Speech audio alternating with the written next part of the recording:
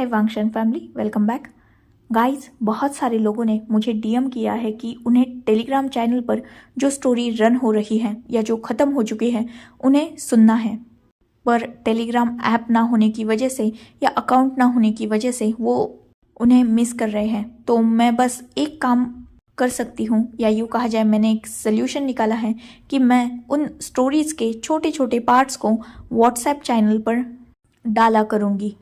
तो जो इंटरेस्टेड है वो मेरा व्हाट्सएप चैनल ज्वाइन करके वहाँ उन स्टोरीज़ को एंजॉय कर सकते हैं। So let's start our new chapter. One more thing, गलती से पिछले चैप्टर में मैंने वांगजी की एज 35 बोली थी। वांगजी की एज सिर्फ 25 ईयर्स ओल्ड है और विंग 20 ईयर्स ओल्ड है, मतलब उन दोनों में सिर्फ 5 ईयर्स का डिफरेंस है। Finally let's start our new chapter. Wing जो डीमंस से बच के डीमन गॉड के टेम्पल में आ चुका था और वांगजी विंग को अपने साथ रख रहा था। वांगजी विंग को एक कंफर्ट जोन देने की पूरी कोशिश कर रहा था, क्योंकि ऑब्वियसली वो अल्फा था और विंग एक ओमेगा था। और पहले ही विंग के साथ विलेजर्स ने बहुत ज़्यादा ज्यादती की थी, जिस वजह से वो डर रहा था। पर वांगजी के साथ उसे एक कंफर्ट जोन फील तो हो रहा था, इसीलिए वो वांगजी से घुलने मिलने लगा था। फिलहाल विंग जो डीमन गॉड से गुस्सा था, क्योंकि उन्हीं की ऑफरिंग की वजह से तो उसकी लाइफ हेल होते होते बची थी, फिलहाल वो उन्हें हैप्पी करने के लिए वांगजी की हेल्प कर रहा था। वांगजी जब भी डीमन गॉड की वर्शिप करता तब विंग भी उसके साथ उसकी हेल्प करता था। वांगजी जो डीमन गॉड के वर्शिपिंग में एक भी चीज़ कमी नहीं रख रहा था, पर फिर भी उसे अभी तक ऐसा एक भी इंडिकेशन नहीं मिला था जिससे उसे ये समझ में आए कि डीमन गॉड उसकी हेल्प करेंगे। ऐसे ही बीतते बीतते आज 15वां दिन था। वांगजी को सिर्फ 20 दिन मिले थे डीमन गॉड को हैप्पी करने के लिए, वरना वांगजी को वापस कल्टीवेशन वर्ल्ड में जाके सबसे बात करनी होगी और फिर से उस बैटल को ज्वाइन करना होगा। वांगजी जो खुद से ही बहुत ज़्यादा डिसअपॉइंटेड था, क्योंकि डीमन गॉड इतना सब कुछ करने पर भी वांगजी जो एक भी रूल ब्रेक नहीं कर रहा था, फिर भी उससे खुश नहीं हो रहे थे। वांगजी समझ नहीं पा रहा था कि ऐसा हो क्यों रहा है, क्योंकि विंग भले ही वांगजी की हेल्प करता है, पर वांगजी वो ज़्यादातर चीज़ें खुद से ही करने की कोशिश करता है। वो हमेशा प्रेयर्स टाइम पर करता है, जैसा जैसा ओल्ड बुक्स में लिखा हुआ है वांगजी उन सारे रूल्स एंड रेगुलेशंस को फॉलो करता है। पर अभी तक डीमन गॉड के तरफ से उसे कोई भी इंडिकेशन नहीं मिल रहा था। वो बहुत ज़्यादा फ्रस्ट्रेट भी था और बहुत ज़्यादा परेशान भी, क्योंकि वो जानता था कि पूरा कल्टीवेशन वर्ल्ड वांगजी से आस लगाए बैठा है, और अगर वांगजी हार गया तो उसके साथ पूरा कल्टीवेशन वर्ल्ड भी हारेगा। साथ ही वांगजी को अपने फैमिली और बाकी सब लोगों की भी बहुत ज़्यादा फिक्र हो रही थी, क्योंकि उसे यहाँ आए लगभग 15 दिन तो कंप्लीट हो ही चुके थे और उसे अब तक कल्टीवेशन वर्ल्ड की कोई भी खोज खबर नहीं मिली थी। सिर्फ विंग ने ही वांगजी को कुछ कल्टीवेशन वर्ल्ड के बारे में बताया था, जो बिल्कुल भी सही नहीं था। विंग ने वांगजी को बताया था कि वेन रोहान ने ऑलमोस्ट कल्टीवेशन वर्ल्ड पर कब्जा करके रखा है और अभी भी वो अपनी वॉकिंग क्रॉप्स की आर्मी बना रहा है और उससे सब पर अटैक कर रहा है। उसने बहुत सारे विलेजर्स को मार भी दिया है और बहुत सारे विलेज को, छोटे छोटे कबीलों को वो ख़त्म कर चुका है, जिससे वांगजी अब और भी ज़्यादा डेस्परेट था। उसे कैसे भी करके डीमन गॉड को खुश करना ही होगा, वरना वांगजी ना सिर्फ अपनी फैमिली बल्कि पूरे कल्टीवेशन वर्ल्ड को तबाह होते हुए देखेगा, जिससे वांगजी कभी भी नहीं होने दे सकता। इसलिए वो और भी हार्डली मेहनत कर रहा था। आज 16th डे था, मतलब 16वां दिन। जैसा कि ओल्ड बुक्स में लिखा गया था, वांगजी को आज डीमन गॉड को ब्लड सेक्रीफाइस देना था, मतलब अपने खून का सेक्रीफाइस करना होगा। वांगजी जिसने उन ओल्ड बुक्स में सारी प्रोसेस बहुत अच्छी तरीके से पढ़ी और वो डीमन गॉड के स्टैचू के सामने बैठ गया। विंग भी उसके साथ ही था। विंग को पता नहीं था कि वांगजी आज कुछ अलग करने वाला है। वांगजी बहुत देर तक डीमन गॉड के सामने उन प्रेयर्स को पढ़ता है और बाद में जब उसकी प्रेयर्स कंप्लीट हो जाती हैं तब वांगजी अपने स्पिरिचुअल सॉर्ड बीचेन को समन करता है। विंग जो आज ये सब कुछ देखकर थोड़ा शॉक था, क्योंकि ऑब्वियसली वो भी यहाँ बहुत दिनों से हैं और वांगजी की वर्शिप प्रोसेस को वो देखता आया है। तो आज वांगजी ये क्या कर रहा है ये जानने के लिए विंग भी बहुत ज़्यादा क्यूरियस था और वो वांगजी की तरफ देख रहा था। वो वांगजी को किसी भी चीज़ के लिए रोकता नहीं था और वांगजी रुकने वाला भी नहीं था। जैसा कि उन ओल्ड बुक्स में लिखा हुआ था, वांगजी अपने हाथ पर अपने स्पिरिचुअल वेपन से कट करता है और उस ब्लड को एक बाउल में कलेक्ट करता है। बाद में कुछ ब्लड को वो डीमन गॉड के उस छोटे स्टैचू पर डालता है जो उसने खुद ने बनाया था और बचे ब्लड को डीमन गॉड के उस बड़े स्टैचू पर डालता है। विंग जो ये सब देखकर शॉक हो चुका था, जब वांगजी का ये प्रोसेस कंप्लीट हो जाता है तब विंग वांगजी की तरफ देखते हुए कहता है, क्या आप बेवकूफ़ है? ये क्या किया आपने? कितना खून वेस्ट किया? ये सुनते ही वांगजी विंग को एक लुक देता है जो बहुत ज़्यादा अनोइंग था और उसकी तरफ गुस्से से थोड़ा देखते हुए कहता है, तुम थोड़ा चुप रहोगे? विंग जो इतने दिनों में समझ चुका था कि वांगजी कैसा इंसान है, क्योंकि ऑब्वियसली वो लगभग 1 वीक से वांगजी के साथ रह रहा है, तो वो वांगजी से थोड़ा फेमिलियर तो हो चुका था। वो जानता था कि वांगजी कल्टीवेशन वर्ल्ड और अपनी फैमिली के लिए कितना ज़्यादा वरीड है, क्योंकि वांगजी और विंग अक्सर एक दूसरे से बातें करते थे। विंग वांगजी का ये गुस्सा देखकर थोड़ा शांत हो जाता है, पर वो वांगजी की तरफ देखते हुए कहता है, एक बात कहूँ आपसे? वांगजी जो थोड़ा गुस्सा ही था, पर फिर भी वो एक डीप ब्रीथ लेता है और विंग की तरफ देखकर जस्ट नोट करता है। विंग वांगजी को सॉफ्टली देखते हुए कहता है, ये डीमन गॉड है, मतलब ये डीमन भी है और गॉड भी है। तो कौन से गॉड को अपने फॉलोअर का ब्लड या ऐसी चीज़ें पसंद आएगी? मतलब बाकी सारी चीज़ें ठीक हैं, पर आप उन्हें अपना खून दे रहे हो, क्या ये गलत नहीं है? मतलब जस्ट इमेजिन करो, आप खुद गॉड हो, तो क्या आपको पसंद आएगा कि आपका फॉलोअर आपके साथ आपके सामने ये सब करे, मतलब अपना ब्लड आप पर दे? सोचो ना, आप अगर गॉड हो तो आपको वो ब्लड फील होता होगा ना, जैसे कि आपने डीमन गॉड की स्टैचू पर ब्लड डाला तो वो उन्हें फील हुआ होगा ना। अगर सच में डीमन गॉड है तो उन्हें वो फील हुआ होगा, तो क्या उन्हें बुरा या अजीब नहीं लग रहा होगा? वांगजी एक डीप ब्रीथ लेता है और विंग की तरफ देखते हुए कहता है, देखो ये सारी चीज़ें मैं नहीं जानता, मुझे बस जो बुक्स में लिखा गया है उसे फॉलो करना है, चाहे उसके लिए मुझे अपना ब्लड देना पड़े या अपनी जान। मुझे बस कल्टीवेशन वर्ल्ड को किसी भी तरह से सेव करना है और मेरी फैमिली को भी। मैं यहाँ इन सारी चीज़ों पर इन्वेस्टिगेशन करने नहीं आया, मैं सिर्फ यहाँ डीमन गॉड को खुश करने के लिए आया हूँ ताकि वो मेरी हेल्प कर दे। हो सकता है डीमन गॉड को ये सही भी लगे, क्योंकि वो तो डीमन गॉड है ना। भले ही जैसे तुमने कहा उनके सामने गॉड लगता है, पर आगे डीमन लगता है ना, और डीमन को तो ये खून ये सब बहुत पसंद आता है, तो हो सकता है उन्हें भी पसंद आए। ये सुनते ही विंग, जिसका चेहरा थोड़ा उतर जाता है, पर फिर भी वो वांगजी की तरफ देखते हुए कहता है, देखिए आई अंडरस्टैंड, आप जो बोल रहे हो वो सही है, पर ऑनेस्टली मुझे नहीं लगता कि डीमन गॉड को ये सब पसंद आता होगा। जस्ट आप ही इमेजिन करो ना कि आपको कोई खून से नहला देगा, आपको पसंद आएगा वो? वांगजी ये सुनकर गुस्सा हो जाता है। वो विंग की तरफ गुस्से से देखते हुए कहता है, देखो ऑब्वियसली मैं खून से बहुत बार नहा चुका हूँ, मैं एक कल्टीवेटर हूँ और बैटलफील्ड में बहुत लोगों का खून खराबा मैंने देखा है। मैं घोस्ट को, डीमंस को हंट करता हूँ, तो मेरे लिए ये ब्लड सेक्रीफाइस कोई भी बड़ी बात नहीं है। और रही बात डीमन गॉड की, तो जिस तरह लोग उन्हें समझते हैं और जितना उनके बारे में बुक्स में लिखा गया है उस हिसाब से वो बहुत अच्छे हैं, पर कोई भी कुछ चाहे बिना कुछ वापस तो करेगा नहीं। ये सुनते ही विंग वांगजी की तरफ देखता है और कहता है, पर डीमन गॉड ने क्या चाहा था तब? इनफैक्ट उन्होंने तो कल्टीवेशन वर्ल्ड की हेल्प की थी और उसके बदले उन्होंने कुछ भी चाहा नहीं या लोगों ने भी उन्हें कुछ दिया।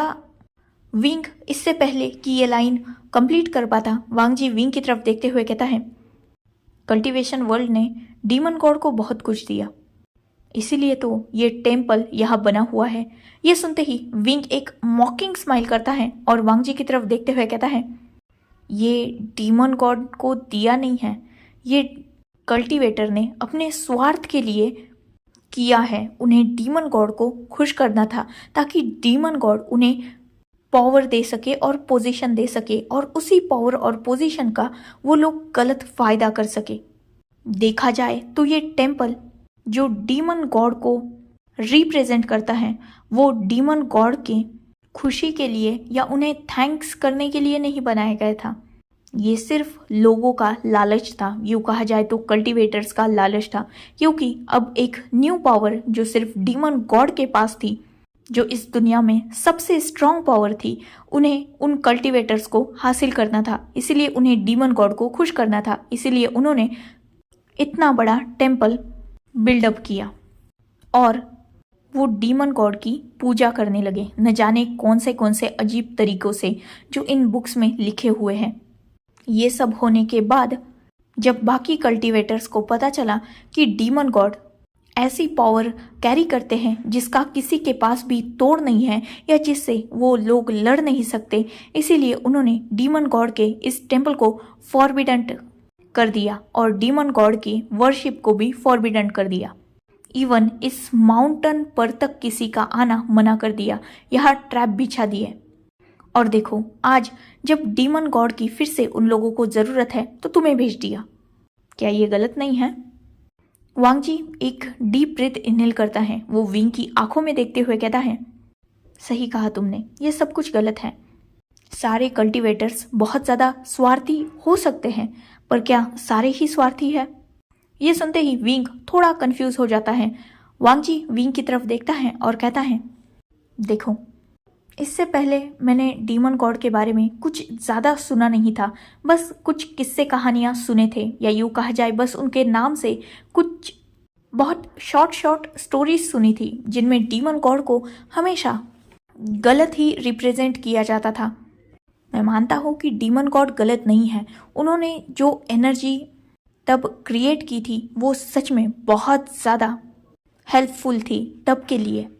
पर अगर इस दुनिया में अच्छे लोग हैं तो बुरे भी लोग हैं। अगर अच्छे लोगों के हाथ में भी तुम अच्छी चीज़ दोगे तो वो सही ही इस्तेमाल करेंगे, और बुरी भी दोगे तो वो सही ही इस्तेमाल करेंगे उसका।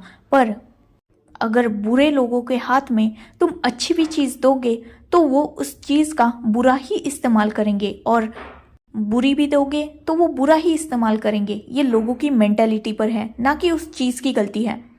जैसे ये प्योर एनर्जी ये वेनरोहान के पास थी, पर फिर भी वो इससे सेटिस्फाइड नहीं था, इसीलिए उसने इससे भी एक स्ट्रॉन्ग एनर्जी को कल्टीवेट किया, जिसे पूरा कल्टीवेशन वर्ल्ड गलत मानता है, उसे नेगेटिव एनर्जी कहता है। पर वो नेगेटिव एनर्जी कैसे हुई? उसका इस्तेमाल गलत हो रहा है, इसीलिए उसे नेगेटिव एनर्जी कहा जाता है। उसमें नफरत है और गुस्सा है, इसीलिए वो नेगेटिव है। अगर वही एनर्जी मेरे पास होती तो शायद मैं गलत इस्तेमाल नहीं करता और लोगों की भलाई के लिए उसे यूज़ करता। मैं खुद की तारीफ नहीं कर रहा, पर यह सच है, वेनरोहान और मुझ में बस एक ही फ़र्क है। अगर मुझे कोई भी एनर्जी मिली, चाहे वो अच्छी हो या बुरी हो, मैं उसका इस्तेमाल अच्छा ही करूँगा। जैसे खुद डीमन गॉड को ही देख लो, उन्होंने एक ऐसी एनर्जी बनाई जो बहुत ज़्यादा पावरफुल थी, वो भी उसका गलत इस्तेमाल कर सकते हैं। इनफैक्ट जब सारे कल्टीवेशन वर्ल्ड ने उन्हें फॉरबिडन कर दिया, फिर भी डीमन गॉड उस एनर्जी का यूज़ करके कल्टीवेशन वर्ल्ड को तबाह करने के लिए तो नहीं आए। इनफैक्ट उन्होंने सबको जस्ट छोड़ दिया, जो जैसा कर रहा है उसी हालत पर उन्हें छोड़ दिया।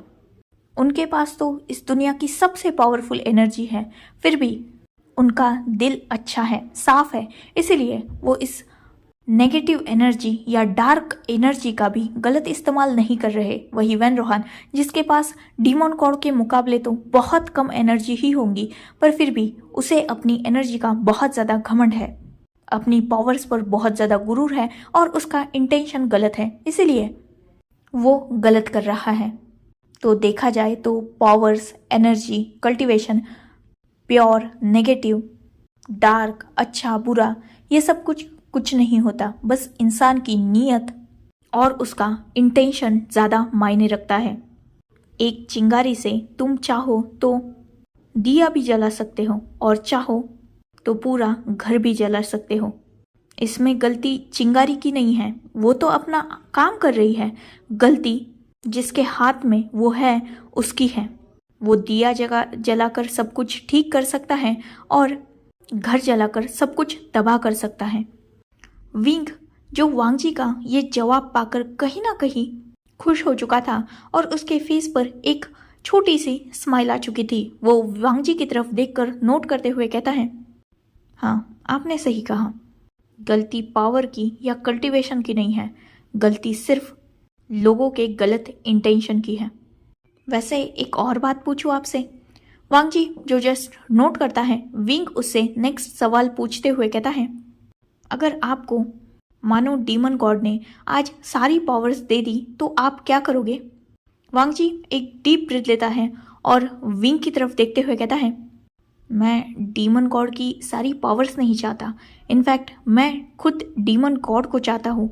मैं ये नहीं चाहता कि वो मुझे पावर्स दे और बाद में मैं उन्हें यूज़ करूँ, क्योंकि मैं भी एक इंसान हूँ।